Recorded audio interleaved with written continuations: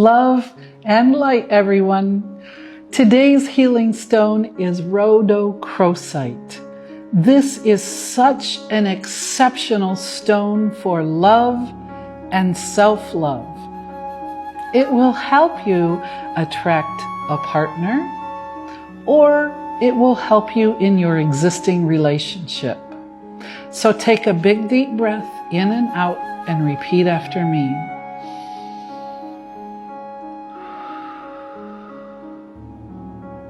I give and receive unconditional love.